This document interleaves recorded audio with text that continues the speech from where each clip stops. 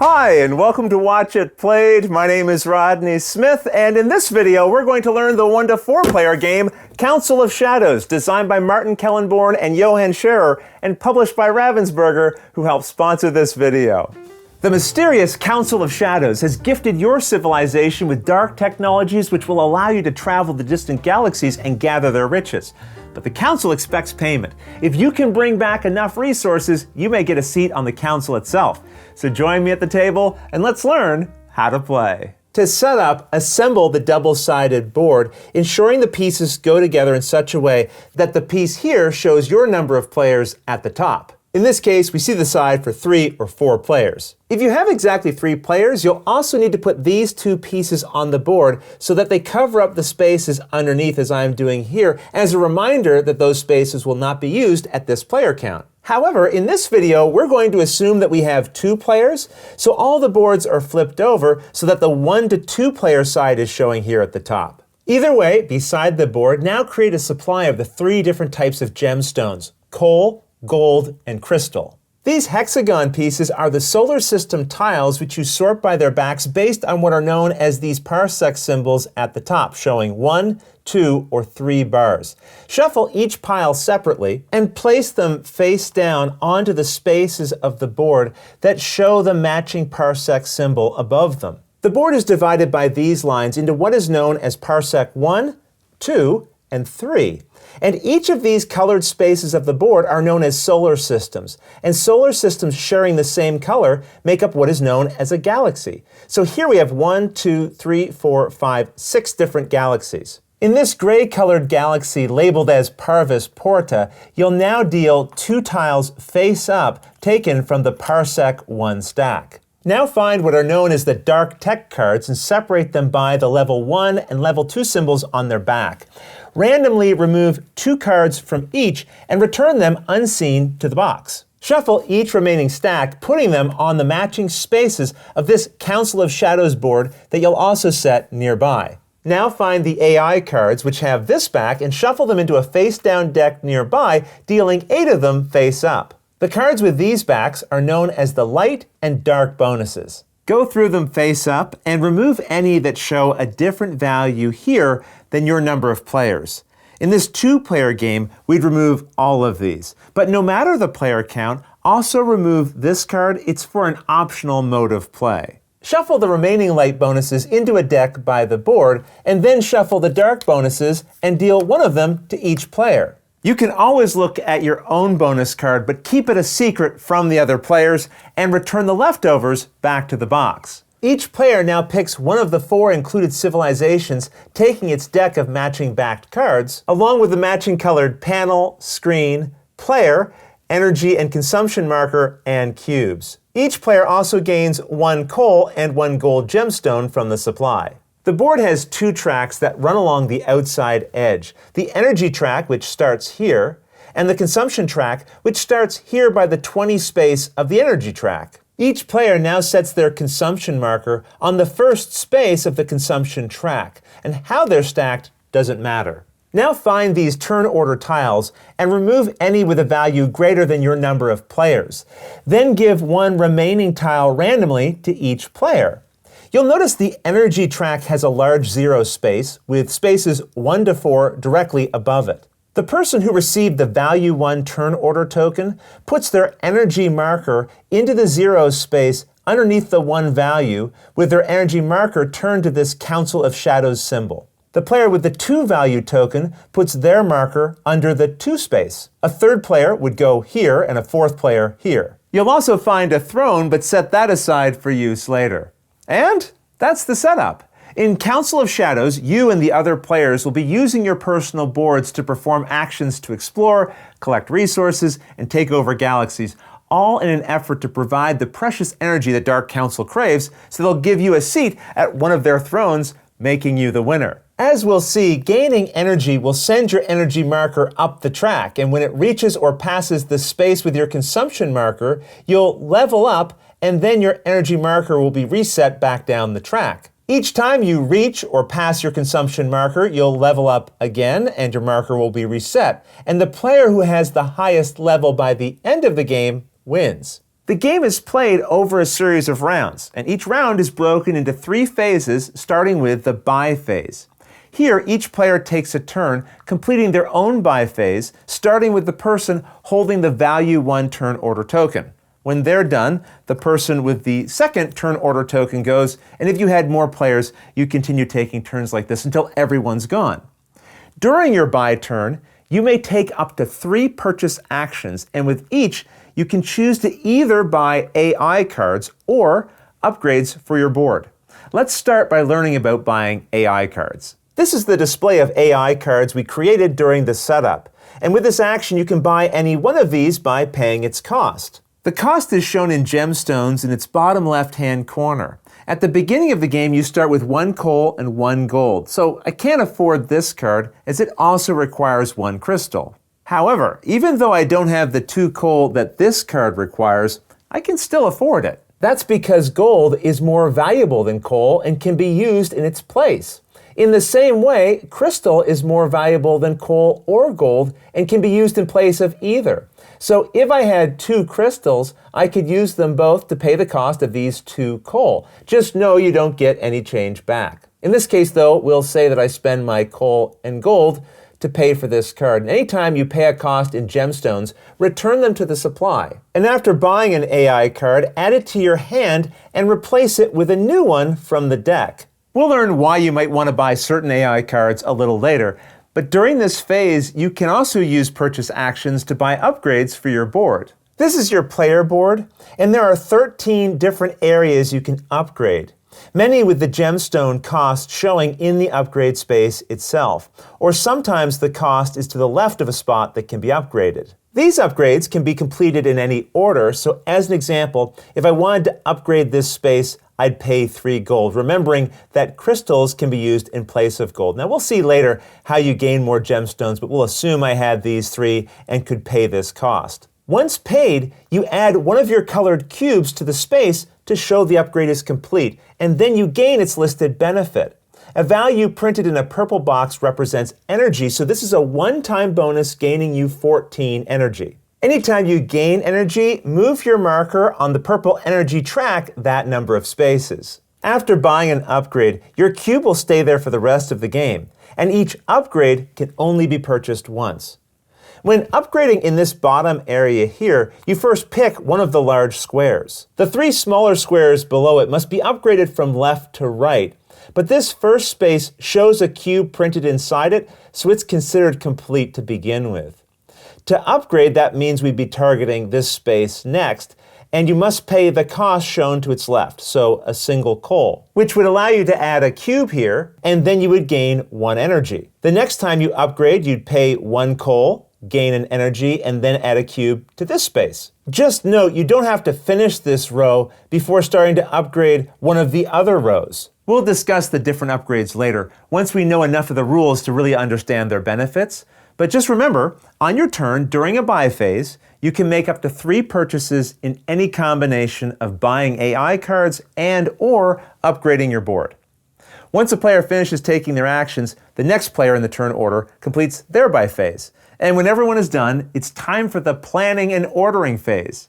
But everyone completes this phase at the same time and in secret. To do this, use these stands to place your screen upright so it blocks others from seeing your board, unless the players agree to play without screens, which is an option within the rules. It's up to you, of course, but for this video, I'm just going to set these aside. After all, I want you to be able to see what's going on here, and I'm not even sure where this player is right now. For the very first round of the game, these 3 spaces of your board will be empty, and you must now pick exactly 3 cards from your hand to fill them with. The cards you have will include any of the ones that you started with during the setup and any you purchased during the buy phase. Now at this point, you don't know what these cards do, but don't worry, we'll learn about them later. For now, let's just fill in the spaces as required. Perhaps something like this. In the third phase, as we'll see, the cards in these spaces will end up shifting to the right, knocking any cards in the final space off the board and returning them to your hand, leaving an empty space here.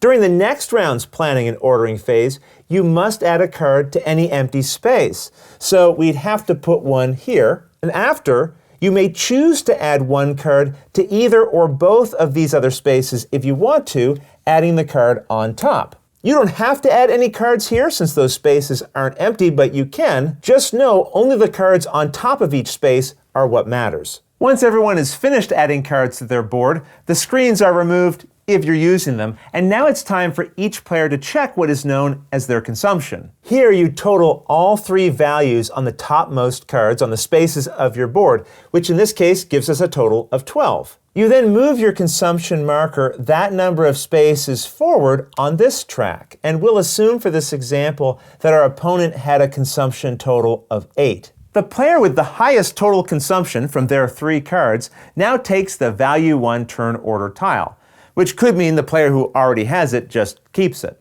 The player creating the second highest consumption takes the number 2 tile, and so on. Now keep in mind, this new turn order is not based on who is highest on the consumption track, but instead, it's based on how much consumption each player created this round. Let's say it's the next round and my opponent's consumption went up by 5 and mine went up by 3. I'm still further ahead on the track, but this player had a higher consumption total this round, so they'd gain the first turn order token and I'd gain the second. Now that said, what happens if we have a tie? Let's say after the first round, both of us had created the same total consumption. In that case, the tied player furthest ahead on the energy track wins.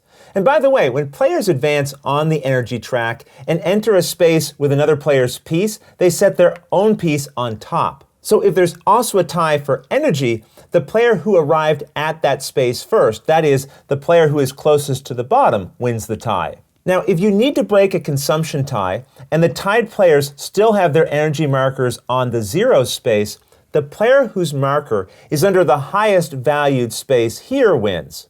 I should point out, if your consumption marker would ever pass the 100th space, it doesn't advance any further, just leave it there. Now, before moving on, I just want to point out something that will be important later. One of the objectives of the game is to appease the Council of Shadows, which happens anytime your energy marker is the same value or higher than your consumption marker. So you want to gain a lot of energy, but not too much consumption. We'll talk more about that later, but just keep in mind, this is a core objective of the game.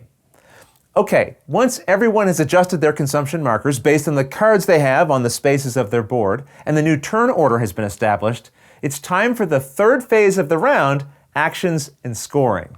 Here, following the new turn order established in the last phase, the first player resolves all the visible cards on their board going from left to right, and then the next player does the same, and so on. So with that, let's dive in and see the different actions that you might perform. This action simply allows you to collect the pictured gemstones from the supply, 2 coal and 1 gold in this case. And I should mention, if you ever run out of any components in the game, just use a suitable replacement. With this action, you either upgrade 1 coal you have with 1 gold from the supply, or instead upgrade a gold you have with 1 crystal. These cards are similar to each other. This one allows you to add a single cube to an empty planet, and this one adds 2 cubes stacked to an empty planet. Planets are the globes with square spaces that you'll find on the solar system tiles, and they come in 3 different colors: blue, red, and brown. At the start of the game, you can only add cubes to blue planets, which this pre-printed upgraded cube here reminds you of. However, if you have this upgrade, you can also add cubes to red planets, and with this upgrade, your cubes can be placed on brown planets as well. Cubes added to a planet are called colonies, and as mentioned, actions like this one only allow you to add colonies to planets that are empty. With this colony here, I can't add any more cubes to this space, and neither could any other player, including the blue player. The exception is if you've purchased this colony expansion upgrade.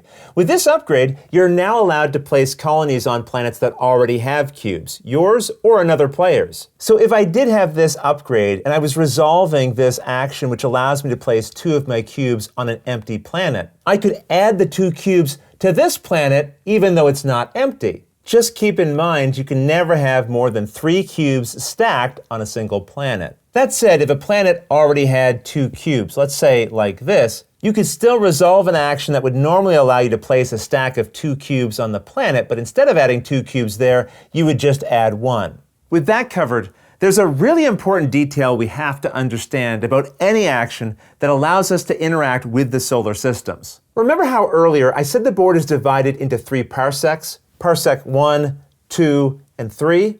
When resolving an action, you can only place cubes on planets within parsecs that you have access to.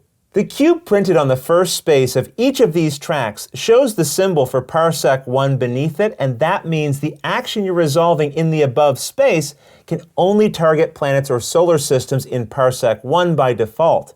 If this was upgraded so a cube was above the Parsec 2 symbol, now the action in this space can target Parsec 1 or 2, and of course, if this upgrade is complete, the action can target any parsec. With that understood, let's learn about this next action that shows the symbols for collecting resources. To explain this, I've added some solar systems and colony cubes to the board, but don't worry, we'll learn how these are normally added a little later. The number of cubes we see here at the top of this action is how many colonies you can pick to collect resources from, in this case up to 2. But as normal, we also have to pay attention to the parsec range we've unlocked from our upgrades below. In this case, we could only pick colonies we have in Parsec 1, but let's assume we had this upgraded, allowing us to pick colonies in Parsec 1 and 2. For each colony cube you pick, you then collect the resources showing on the bottom of its solar system tile.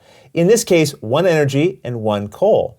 Now, since this action lets us pick up to 2 different colonies, and we have a second one here, we could pick the other one and gain those benefits again. Or as our second pick, we could choose a colony we have in another solar system, as long as it's within the parsec range of our upgrades. And it doesn't matter where in a stack a colony is, it just has to be on that tile. If we choose this colony, we'd gain 3 energy and 1 gold. Just keep in mind, with this action, you can't pick and resolve the same colony cube twice. All right, next up we have this action, and the first thing we have to resolve is this symbol at the top, which represents discovering a new solar system. Again, pay attention to the parsec range you have access to based on the upgrades under this card, and we'll assume we have access to Parsec 1 and 2. Now choose a solar system stack from either of those parsecs and draw the top 2 tiles, choosing one of them to place on any empty space within that parsec, returning the other to the bottom of its stack. These remaining symbols on the action now tell you that you can either place one of your cubes as a colony directly on a planet of the new tile, again within the restrictions of your upgrades, or you can instead resolve this symbol, which allows you to gain the benefits at the bottom of that solar system tile, even though you don't have a colony there. So in this case, you'd gain 1 crystal. With that, we've covered all the actions that come with the cards you start the game with. But don't forget,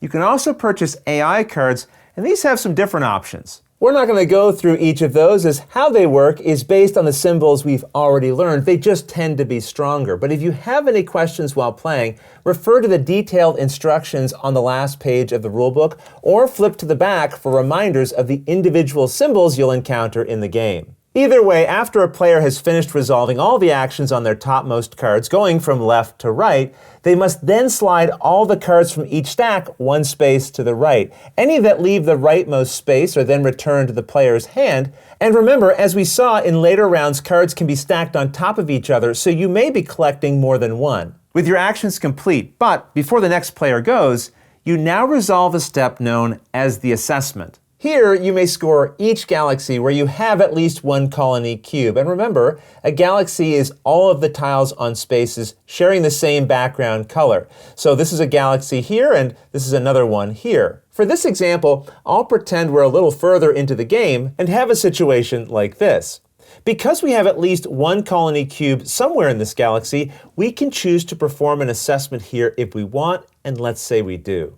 We now check to see how many cubes we have in this galaxy compared to each other player individually.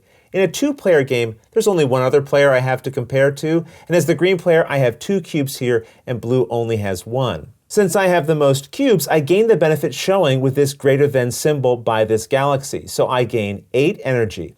And this symbol means I also draw a light bonus card, which I take from the top of this deck and add to my hand. However, if I had the same number of cubes as an opponent, or fewer cubes, I would gain the reward here, 2 energy and 1 light bonus card. But remember, when making these comparisons, if you have more than 2 players, you compare your cubes to each other player individually. Let's say in a 3-player game we had a case like this, where as green, I have more cubes than the blue player, but I don't have more cubes than red. In a situation like that, I get the lesser reward because I didn't beat every other player in this galaxy. To get the better reward, you must have more cubes there than each other player. That said, after receiving either reward, you must then remove exactly 1 of your colony cubes from that galaxy. After finishing an assessment, you can continue and perform an assessment at each other galaxy where you have at least 1 cube, but you can also choose not to perform an assessment in any galaxies you don't want to. Just keep in mind, no matter how many cubes you have in a galaxy, you can only assess each galaxy once during each of your turns. Now you'll remember, one of the rewards of an assessment are these light bonus cards, and over the course of the game, you can have no more than 4 light and dark bonus cards total. For example, if I had these bonuses and gained 1 more, I could either get rid of the new one or replace any of the bonuses I already have. If I replace the black bonus, I return it to the box. But if you replace or remove a light bonus, just return it to the bottom of its deck. And we'll see how these cards are used a little later. After a player has finished any assessments they wish to perform, the next player in the turn order performs the actions on their panel from left to right and performs their assessments. And once everyone has finished taking their turns this phase, a new round begins with the next buying phase. And rounds will continue like this while players attempt to gain more and more energy. If a player manages to gain enough energy so that they reach or exceed their consumption marker, they first finish the current phase they're resolving and then rotate their energy marker to this level 1 side.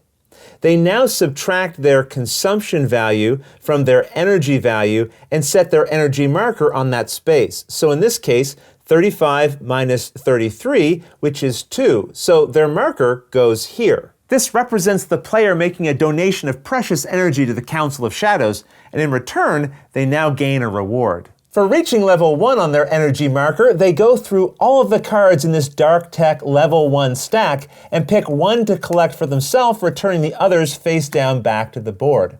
The card they chose is revealed, and then they resolve its powerful effects. We won't go through all the Dark Tech in this video, but you'll find them explained here in the glossary of the rules. After collecting a Dark Tech, any players whose energy die is showing this symbol now receives 1 gold as shown here. When a player at level 1 reaches or exceeds their consumption marker again, they turn their energy die to the level 2 side and reset their energy as described before. So in this case, they would subtract 41 from 45 and place this on the 4 space. They also collect and resolve any card they choose from the level 2 Dark Tech, and when they're finished, all players currently at level 1 gain 1 gold, and all players below that gain a gold and a crystal. When a player reaches their consumption marker a 3rd time, they rotate their energy marker to this level and then reset it on the track as usual, but they don't gain a card as a reward. Instead, they collect this throne, and unlike the other levels,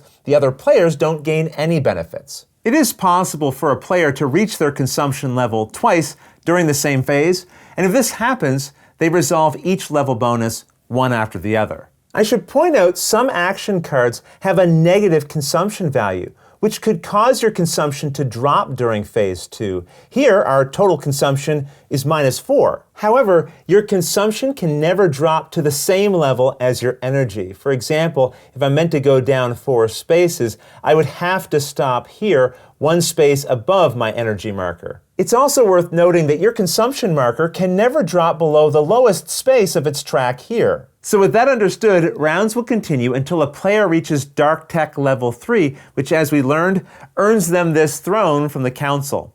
The game continues until the end of that round, and then the game is over. But any players who also advance their tech levels in this final round resolve the related benefits as normal. If someone else happens to get to the 3rd level, they don't gain any benefit as the throne stays with the person who currently has it. And once the round is complete, it's time for final scoring. You'll find a reminder of how this is calculated here at the bottom of the Council of Shadows board.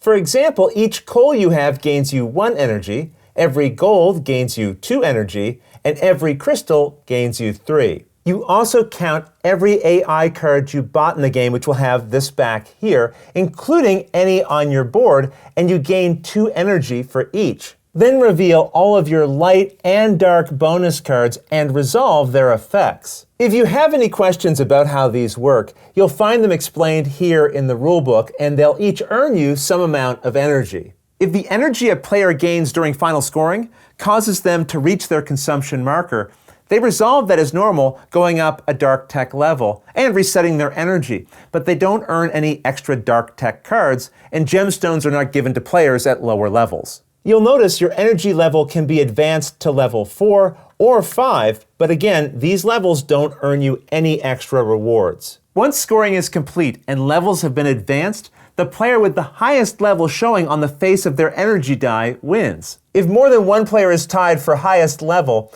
the tied player with the most energy wins. And if there's still a tie, the tied player with the most colony cubes on the board wins. And if there's still a tie, the tied players share the victory. You'll also find components for 2 expansions included in the game that allow you to build space station and gain leaders that provide different starting values for your consumption marker and unique ongoing abilities during the game. There are also components and rules for solo play, but all of these things I'll leave for you to discover on your own. Otherwise, that's everything you need to know to play Council of Shadows. If you have any questions about anything you saw here, feel free to put them in the comments below, and I'll gladly answer them as soon as I get a chance.